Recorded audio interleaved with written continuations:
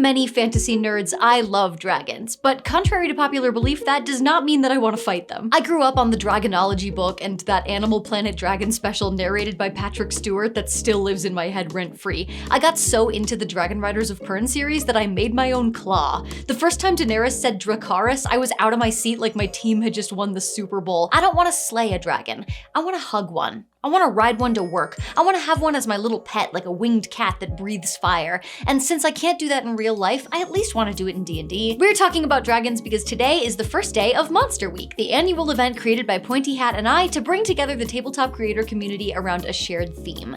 This year's monster? Flumps.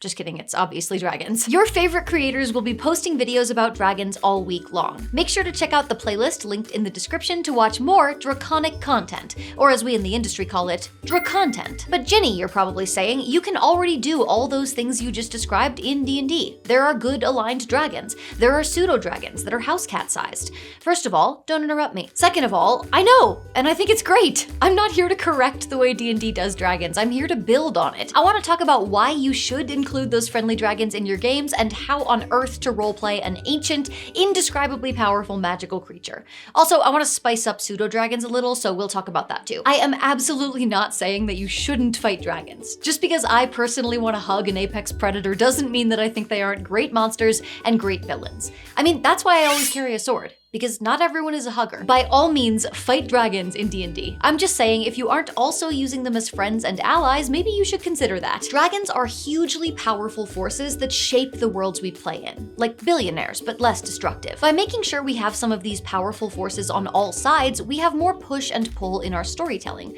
more levers that DMs can use to affect the campaign. Just like we have good gods, evil gods, and neutral gods, sometimes a dragon ally or patron or resource can serve a valuable narrative purpose. Limiting ourselves to dragons only as monsters is like cooking only with garlic powder. Don't get me wrong, I like garlic, but sometimes I'm making a chocolate cake. Plus, if all your NPCs are humanoids, you're missing a whole host of creatures that could make your world feel more magical. Not just dragons, but other intelligent monsters like sphinxes, unicorns, treants. I mean, why not have Grandmother Willow as an NPC in your campaign? No, you're right, that might get too sappy. In my opinion, good storytelling, especially in an interactive medium like tabletop games, goes hand in hand with complexity. Playing with tropes and cliches can be fun, of course. I love a hooded stranger lurking in the corner of a tavern as much as the next girl, but my favorite games are the ones that challenge me to investigate and problem solve and get creative. If the only dragons your players ever encounter are evil monsters, there's a lot less complexity to those interactions. Friendly dragons challenge players to listen and roleplay and interact, instead of meeting a dragon and immediately rolling initiative. So how do you actually roleplay a dragon? Playing a shopkeeper is pretty easy. Most of us have been stuck working retail at some point. But dragons, a lot fewer of us can relate to being ancient, massive, magical creatures who sleep on mountains of treasure. Unless cat hair counts as treasure, in which case we have a lot in common, and I'm very wealthy. A lot of role-playing dragons can be similar to any other NPC. They should have motivations, backstories, and personalities, but there are a few key differences that really affect how a dragon behaves. First, dragon lifespans are huge. We're not just talking old enough to remember dial-up internet. A great worm alive today could have witnessed the fall of Carthage, if he hadn't been so busy watching the Anglo-Saxons write their first poetry. That must have been some unparalleled 7th century cringe. Imagine the kind of patience that comes with knowing you will still be here when your current problem literally crumbles into dust. Dragons can afford to play the long game, and that should be reflected in how they make their choices. Next on the list, dragons are incredibly powerful. They simply wouldn't have the same sense of vulnerability that most humanoids do. A dragon isn't likely to flinch at a threat. If a mortal starts waving a sword at them, they would probably be amused at best and annoyed at worst. Most of us don't think twice about swatting at a fly, and that's how a lot of mature dragons would probably feel about your typical tier 1 adventurer. This could easily result in dragons that are demanding, overconfident, or self-centered, regardless of their alignment. Also, metallic dragons are natural shapeshifters, which adds a whole extra layer to their experience. This ability allows them to mingle amongst humanoids unnoticed, which also lets you get creative in how they interact with your players. A mysterious informant, a trusted mentor, a beggar on the street, any of them could be a dragon in disguise, especially if your players develop a habit of being mean to beggars. Sometimes karma comes in the form of a breath weapon. Finally, dragons are famously hoarders. If you have a cabinet full of empty jars because they might come in handy someday, you probably have a window into this mentality. Dragons have obsessive interests and will fiercely guard their collections, whether it's gold or magic items or Beanie Babies with the tags still on. Don't give up, guys. They're going to be worth something eventually. And of course, alignment is always worth factoring in. Just remember that it's not a straitjacket. Just because a dragon is evil doesn't mean it can't be open to negotiation. Likewise, good dragons won't automatically agree to become the party's private jet. Just like any other NPC, a dragon has goals and principles that guide its actions. Alignment isn't just a binary switch between kill party and help party. Other than dragon turtles, the monster manual doesn't really have neutral dragons, but Fizzbands has plenty, and I highly recommend using some, or just making some kinds of dragons neutral in your game. Again, the more variety you can have, the more varied stories you can tell. A neutral dragon is a less predictable force, and there's nothing more fun than an unpredictable dragon.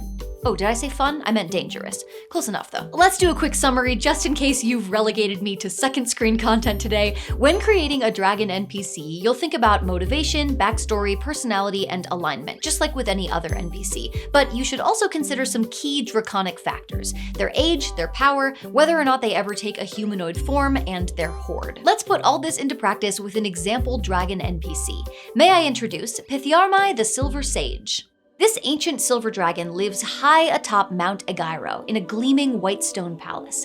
She's over 1,000 years old and known for her prophetic dreams, visions of the future that draw hopeful pilgrims from across the world. She is well known to arcane and divine scholars, and several temples and universities have sprung up on the slopes of the mountain, hoping the proximity of such a creature might amplify their own power. Those who seek her counsel leave offerings at shrines along the mountain path, hoping this will help them become one of the lucky few who are actually granted an audience with the Silver Sage.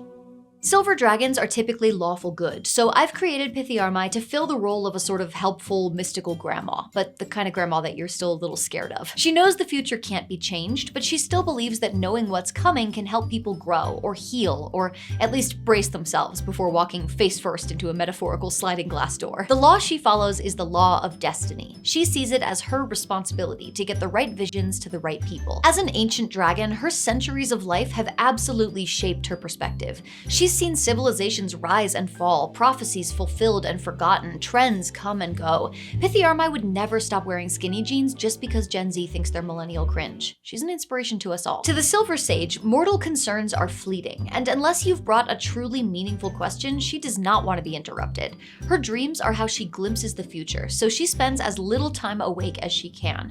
And like, girl, same. As for her power, she does not need to prove herself to anyone. If a farmer and a king appear at her palace doors, she treats both exactly the same. She's more blasé than serene and is completely unfazed by threats, mainly because she could vaporize you with a yawn if she felt like it, but also because her belief that the future is set in stone means that she has reached total acceptance.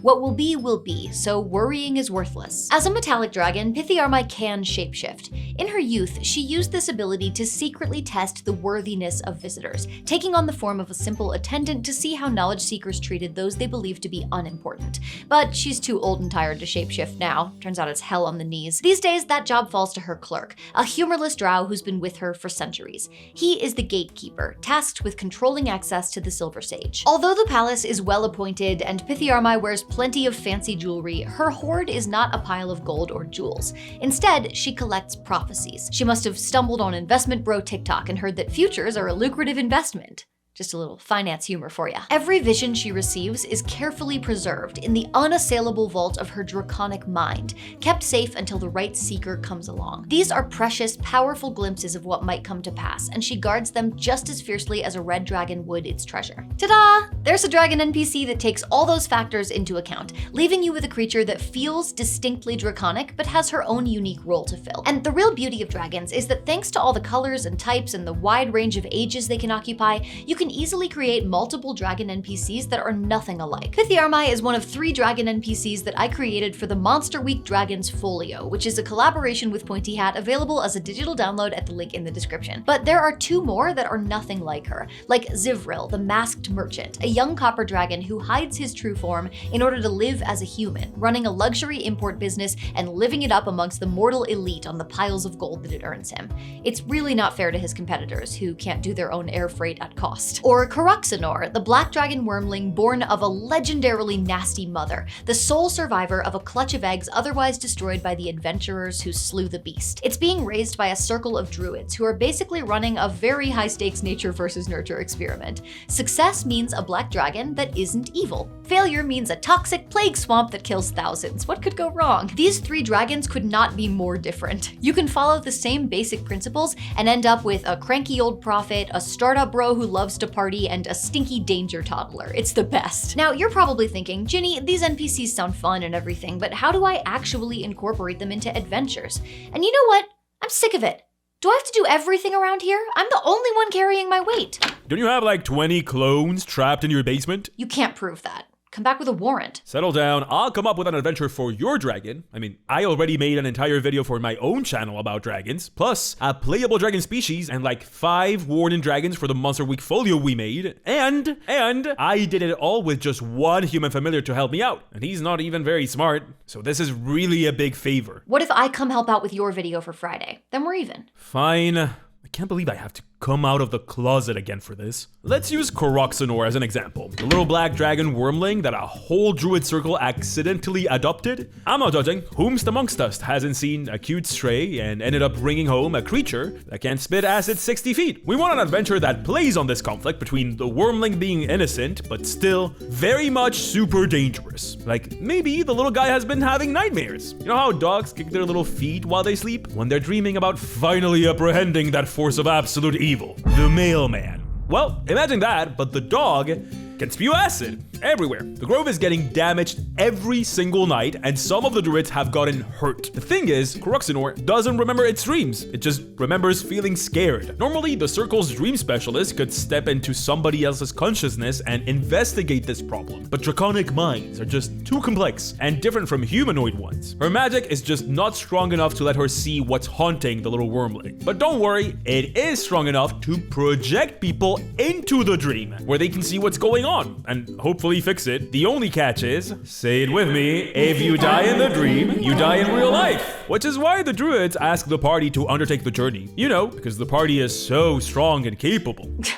Oh, well, excuse me, I'm sure there's a D&D party out there that's strong and capable. Somewhere. Anyway, this gives you a pretty good chance to invent some fun dream world mechanics. Maybe all the damage here is psychic, or everyone can fly, or the landscape can be changed with your mind. But whatever it is, the characters soon find the source of Karuxanor's fear. Maybe it's the little wormling's legendary evil mother, disappointed at how weak her spawn turned out. What do you mean? No, I'm not projecting. Shut up. Maybe it's the party of heroes who destroyed the rest of the eggs in Karuxanor's clutch, stomping them underfoot and heading for Karuxanor next. It might even be the druids themselves, having an existential argument about whether adopting a baby acid spraying monster was a responsible life choice. And survey says, no, whatever it is, the players can get creative about how they handle it. Do they throw down with the heroes, druids, or Karuxanor's terrible mother? Do they instead undertake a group therapy skill challenge to help Karuxanor process its fears? This is one of those adventures that could go tons of different ways, depending on how your players choose to approach it. There. Was that so hard?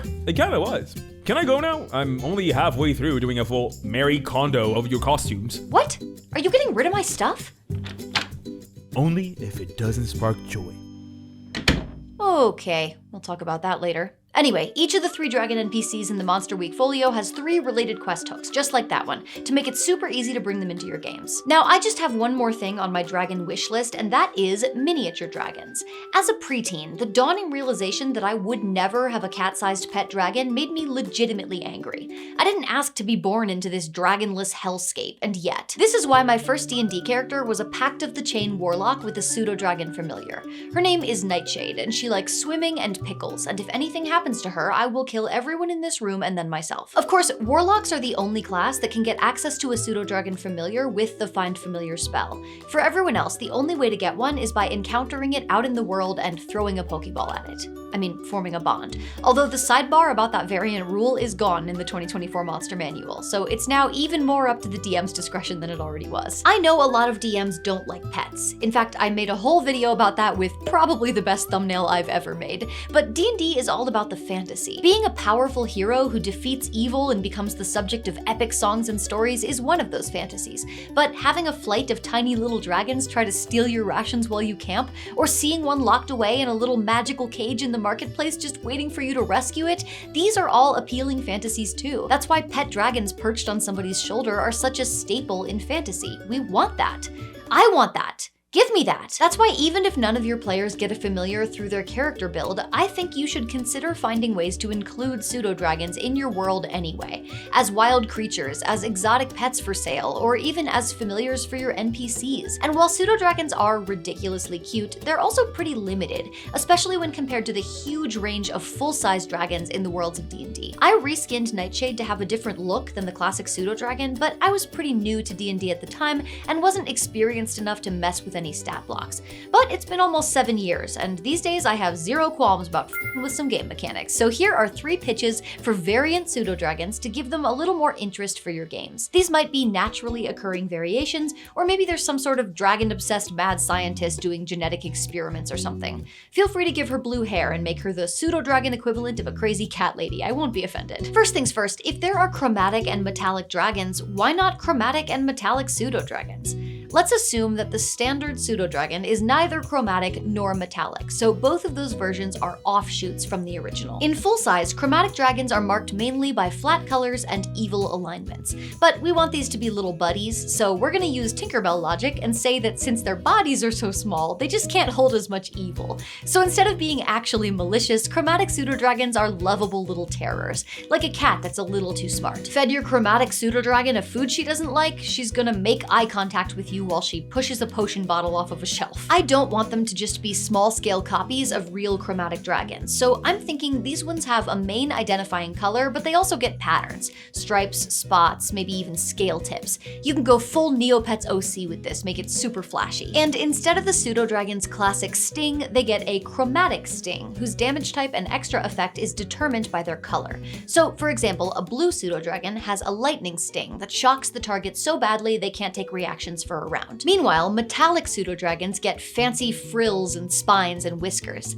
and instead of a sting, they have their own scaled-down version of a true metallic dragon's shapeshifting. They can transform at will into a tiny beast. Since full-sized metallics are good, aligned, and intelligent, I'm thinking of metallic pseudo-dragons sort of like working dogs, the kinds of creatures that thrive on structure and having a job, or they get anxious and destroy your furniture. I could have made gem pseudo-dragons next, or aquatic pseudo-dragons like mini dragon turtles, but for my third variant, I wanted to get in touch with my spooky side. Thus, the necrotic pseudo-dragon. This undead creature has been reanimated to create a familiar who has none of the inconvenient behavioral issues and emotional needs of living pseudo-dragons. It might smell disgusting, but at least it'll never piss on your bedroll because you stayed up too late. A necrotic pseudo-dragon deals necrotic damage with its bite and sting, and is sustained by anchoring its life force to a single scale, removed from the corpse and enchanted. This grave scale allows the bearer to command and even resurrect their rotting familiar, should it fall in the line of duty. It's the perfect little zombie assistant for the mage with a strong stomach. If you think pseudo-dragons won't appear more than once in your campaign, you probably don't need more than the standard stat block. But if you have a player like me who wants flavorful new familiar options, or if you want to make pseudo-dragons as common as squirrels in your world and could benefit from some rarer and more interesting options, then feel free to take these ideas and run with them. If you don't want to homebrew these kinds of changes by yourself, I've written up all 3 of these variants with descriptions and stat blocks in the Monster Week Dragons folio, available as a PDF at the link in the description. Listen, you can slay dragons. Of course you can. It's fun to slay dragons. I'm not at all saying that you shouldn't. But even if you want to use dragons as villains, or maybe even especially if you want to use dragons as villains, I really hope you'll consider including friendly and neutral dragons too. Things get so much more exciting if your players can come face to snout with a dragon and not immediately know if they're in danger. Dragons can make for such interesting NPCs NPCs, it seems a shame to not take advantage of that. But if you do want to use dragons as monsters, there are tons of videos being made for Monster Week that talk about exactly that. Tips for running dragons in combat, deep dives into the history and lore of dragons, the best adventures that include dragons, and much more are headed your way for this entire week. Who knows, maybe you'll find some new favorite creators. Check out the playlist in the description to watch all the amazing Dra content being posted today. I know, I need to stop trying to make Dra content happen. It's not gonna happen. Stay tuned for the rest of this week because there will be new videos and a new playlist every day, and I think you're gonna be really excited to see all the creators who are participating this year. Now, if you'll excuse me, I'm gonna go rewatch that Patrick Stewart Dragon special and try to recapture the joy of being too young and stupid to know it wasn't real.